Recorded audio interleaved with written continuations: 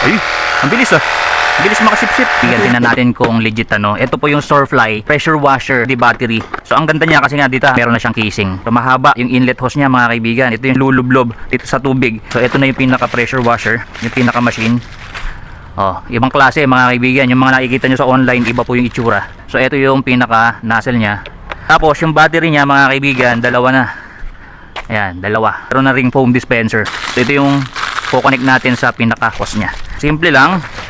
Tapos gagano natin, pindot. Lulubog lang natin to mga kaibigan. Simpleng simple. Yan. So make sure lang na nakalubog. Tapos ito yung battery niya. Okay? So gumagana, tumutunog. So hintayin natin, nilubog ko na. Tayo lang natin kung makakasipsip kaagad. Ay, ang bilis ah. Ang bilis makasipsip. Pwede na. So ito yung pinakadiretso. O, pagka i-spray mo or pagka pinindot mo to, pag pinihit mo, napipihit naman siya. Okay. Ito siya.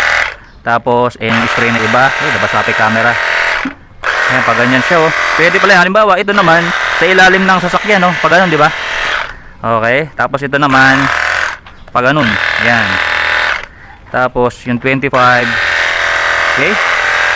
Maraming mga spray patterns mga kaibigan. Tapos kahit babae, kahit mga bata, kayang-kaya tong i-operate. So ito, lalagyan nyo lang ng sabon to. Madali lang naman yang lagyan. So may pang pressure washer ka na. Pwede rin pandilig. Diba? Oh.